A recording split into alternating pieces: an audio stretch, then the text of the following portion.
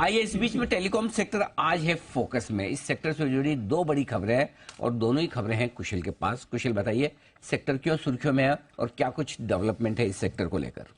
बिल्कुल सर, तो सेक्टर जो सुर्खियों में है, सबसे पहला तो यही कि रिलायंस की तरफ से जो एक फोन लॉन्च हुआ है जियो भारत, वो 999 रुपए में 4G इनेबल्ड फोन है।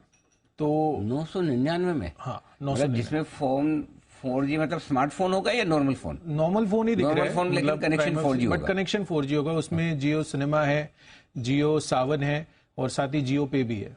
हाँ, तो मतलब फिर तो स्मार्टफोन ही हुआ ना। तो जियो सिनेमा कैसे देखोगे? करेक्ट। तो 1000 रुपए में। हाँ, अच्छा। तो अब इसमें इनका थॉट ये है कि जो 2G यूज करने वाली ओवरऑल पॉपुलेशन है इंडिया में, करीबन 25 करोड़ लोग अभी भी जो 2G इनेबल्ड फीचर फोन्स हैं उसको यूज करते हैं। तो उसको स्विच करना है इनको 4G पर, वो 2G मुक्त करना चाहते हैं इंडिया को, ऐसा मैनेजमेंट का कहना है। अब 7 जुलाई से करीबन 10 लाख बीटा फोन्स के साथ ये ट्रायल शुरू करने वाले हैं।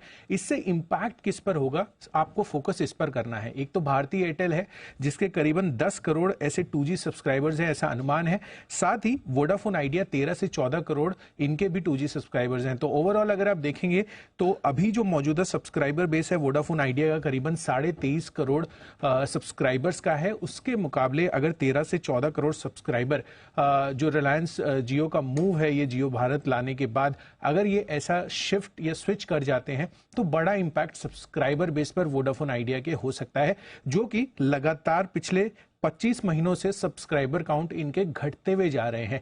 तो ये एक बड़ा ड्रॉबैक हो सकता है वोडाफोन आइडिया के हिसाब से। साथ ही भारतीय एयरटेल भी, आप देखिए 10 करोड़ कोई छोटी सब्सक्राइबर बेस नहीं होती है, जो कि 2G के लिहाज से ये ऑलरेडी कर रहे हैं अपने एंड पर। तो कंपनी के पर्सपेक्टिव से अगर आप देखें तो जो प्लान्स रिलायंस लेकर आ रही है वो भी काफी कॉम्पिटिटिव है। 123 रुपए प्रति महीने में 14 GB डेटा दे रहे हैं, जो कि अन्य ऑपरेटर्स ये सिमिलर बेस पर 179 रुपीज पर मंथ चार्ज कर रहे हैं और 2 GB का प्लान इनका है। तो 7 गुना एक्स्ट्रा आपको GB जो डेटा है वो मिल रहा है और साथ ही प्राइस भी ओवरऑल पर मंथ के हिसाब से कम आ रही है। तो काफी अग्रेसिव प्राइसिंग के साथ जो फोन इन्होंने लॉन्च किया है वो काफी ज्यादा पॉजिटिव रह सकता है रिलायंस के लिए। पर दूसरी तरफ देखना है आपको जो सब्सक्राइबर काउंट है भारतीय एयरटेल और वोडाफोन का, वो इस मूव के बाद कितना घट सकता है। इम्पैक्ट आएगा दोनों पर? इम्पैक्ट आएगा। वोडाफोन पर ज्यादा है, एयरटेल पर ज्यादा? वोडाफोन पर ज्यादा, बिकॉज ओवरऑल सब्सक्राइबर बेस भी इनके काफी कम है जहां तक भारतीय एयरटेल और रिलायंस से अगर आप कंपेयर करेंगे तो। और 2G बेस ज्यादा है? और 2G बेस ज्यादा है ऑफ कोर्स। पर वोडाफोन ने भी कुछ और डेवलपमेंट किया है, इससे रिलेटेड नहीं बट सेपरेटली उन्होंने भी कुछ किया है। करेक्ट। तो सेपरेटली उन्होंने जो टैरिफ बेस बढ़ाए हैं, सबसे पहले तो जो 99 रुपए वाला जो रिचार्ज प्लान था उसको इन्होंने बंद कर दिया है। अब 155 के रिचार्ज पर 24 दिन की ये वैलिडिटी दे रहे हैं। अब ये 24 दिन की वैलिडिटी कितनी कारगर साबित हो पाएगी, क्योंकि आमतौर पर यूजुअली लोग इसको मंथली बेसिस पर ही प्लान्स को मानते हैं। पर 155 के रिचार्ज पर 24 दिन की वैलिडिटी है और 179 के रिचार्ज पर 28 दिन की वैलिडिटी ये देते हुए दिख रहे हैं। अब जैसा कि मैंने आपको सब्सक्राइबर बेस के बारे में बताया, अब देखना है कि ये जो टैरिफ हाइक हुए हैं ये इनकी ओवरऑल एबिटा मार्जिन कितनी सुधरती है, इससे आरपू कितने इंप्रूव होते हैं। पर ऑन द फ्लिप साइड अगर सब्सक्राइबर काउंट ही कम होते हुए दिख रहे हैं, जो लगातार पिछले 25 महीनों से कम हो रहे हैं, वो और फर्दर रिड्यूस हो जाते हैं और स्विच हो जाते हैं रिलायंस पर, तो कहीं ना कहीं एक बड़ा इंपैक्ट, डबल एज स्वॉर्ड आप कह सकते हैं कि यहां पर होता हुआ दिख सकता है। क्योंकि आमतौर पर जब भी ये टैरिफ इंक्रीज करते हैं हम मानते हैं कि कंपनी के लिए ये काफी पॉजिटिव मूव है। बट जिस तरह से अप्रैल महीने में सब्सक्राइबर बेस्ड डेटा इनका फिर से 30 लाख ग्राहकों से घटता हुआ दिखा है, वो एक इंडिकेशंस है कि आगे चलकर अगर ये टैरिफ्स जो है सस्टेनेबल नहीं हुए लोगों के हिसाब से, तो वो सब्सक्राइबर्स जो हैं स्विच होते हुए दिखे। इनफैक्ट 4G से भी स्विच हो सकते हैं। तो ये देखना है कि फाइनली अभी आगे चलकर किस तरह का सब्सक्राइबर बेस वोडाफोन आइडिया के पास बना रहता है। वो तो वैसे भी खोने ही वाले हैं सब्सक्राइबर्स। ये और आसान कर देगा। लग तो ऐसा ही रहा है दीप। देखिए, तो ये है सीन इस वक्त आपके लिए सारे के सारे स्टॉक्स में। इस वक्त सारे सब्सक्राइबर बेस 43-33 लाख सीधे इधर शिफ्ट होते हैं। बिल्कुल। ऐसे एक सब्सक्राइबर वो नहीं खोएंगे। आप बहुत आप मैं तो नहीं हूँ।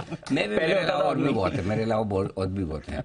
मैं एक्चुअल लॉयल तो मैं ही हूँ। हाँ। इस पास शेयर नहीं होते हुए भी रखा हुआ है कनेक्शन। बाकी लोग तो मजबूरी में है। कुछ लोग ऐसे हैं यहाँ पर अपने पैनल पे जिन्होंने वोडाफोन आइडिया का कनेक्शन सिर्फ इसलिए रखा हुआ है कि वो शेयर होल्डर भी है।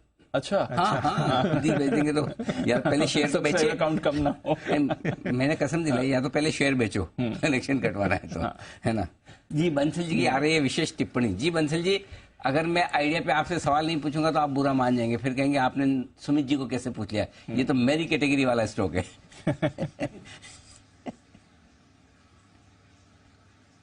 नहीं अनिल जी, मेरा थोड़ा सा इंटेलिजेंट वाला अनिल जी सवाल है आपसे। ये वोडाफोन आइडिया पे, तो अनिल जी चार्ट पे रहा है, आप सुमित जी से ले लेना। अनिल जी देखिए, ये जो हो रहा है ये पास्ट में भी हुआ था। अगर आप ध्यान दें, जब आरकॉम लाया था मोबाइल, वो 2300-2400 रुपए में अनिल जी छोटे वाला हैंडसेट लाया था, और इनकमिंग कॉल पहली बार फ्री हुई थी अनिल जी, काफी डिस्ट्रप्शन हुआ था। उस समय भी वोडाफोन था, उस समय भी भारती था, और बड़े स्विच ओवर हुए थे। उस समय अगर नहीं था तो Anil ji Hindi business news channel नहीं था, उस समय नहीं था तो आप नहीं थे अनिल जी, और उस समय नहीं था तो कुशल जैसा अनिल जी रिसर्च एनालिस्ट नहीं था। तो अनिल जी पूरी रिसर्च करवाइए ना कुशल से और बाकी लोगों से, कि तब अनिल जी कितना बड़ा डिस्ट्रप्शन हुआ था। जहां तक मैं रिकलेक्ट कर पा रहा हूँ अनिल जी, काफी डिस्ट्रप्शन हुआ था। लोगों ने भारती के कनेक्शन छोड़ के आरकॉम में शिफ्ट हुए थे, क्योंकि पहला मोबाइल सर्विस प्रोवाइडर था जहां पे इनकमिंग फ्री हुआ था। उससे पहले तो अनिल जी 28-29 रुपए फोन सुनने के पैसे देने पड़ते थे। और ये भी अनिल जी काफी बड़ा डिस्ट्रप्शन होगा, क्योंकि 2G वाले के पास अनिल जी छोटे वाला हैंडसेट होता है, छोटे छोटे हैंडसेट लेके घूमते हैं। अब 4G पे आए, 4G मिलेगा तो अनिल जी फटाफट वो स्विच करने के लिए भागेगा। और बिल्कुल ठीक बोला दीप ने अनिल जी, एकमात्र लॉयल कस्टमर वोडाफोन के आप ही हैं जो अभी तक शिफ्ट नहीं करे हैं। मैं तो अनिल जी कोविड में शिफ्ट कर गया था, क्योंकि ओटीपी नहीं आते थे अनिल जी बैंक के, और तो सब कुछ ऑनलाइन करना पड़ता था।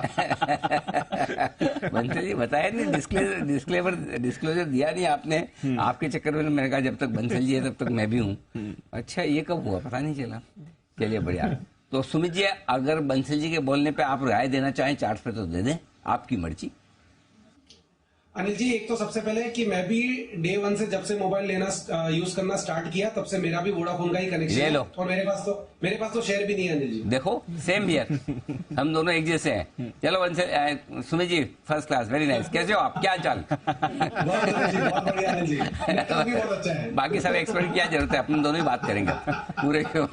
बीच में कनेक्टिविटी चली जाएगी। जी बताइए, 400 राय दीजिए। तो अनिल जी ऐसा है कि वोडाफोन आइडिया अभी तो एक नीचे से मूव दिखा के साइडवेज ट्रेड कर रहा है। पिछले 10 दिनों में स्टॉक ने एक रेंज बाउंड मूव दिखाया है। 7 रुपए इसने नीचे में सपोर्ट लिया है, और ऊपर में 8 रुपए, 8.25 रुपए के आसपास का रेजिस्टेंस बनाया। तो ये लेवल जब ऊपर में टूटेगा उसके बाद ही इसमें ऊपर का मूव बनेगा। जब तक रेजिस्टेंस लेवल 8-8.25 का नहीं टूटता तब तक ये साइडवेज ही ट्रेड करेगा। तो बेटर रहेगा ब्रेकआउट का वेट करे, उसके बाद कोई ट्रेड ले, और पेशेंस तो इसके अंदर रखना ही पड़ेगा। और अनिल जी एक बिगुल भी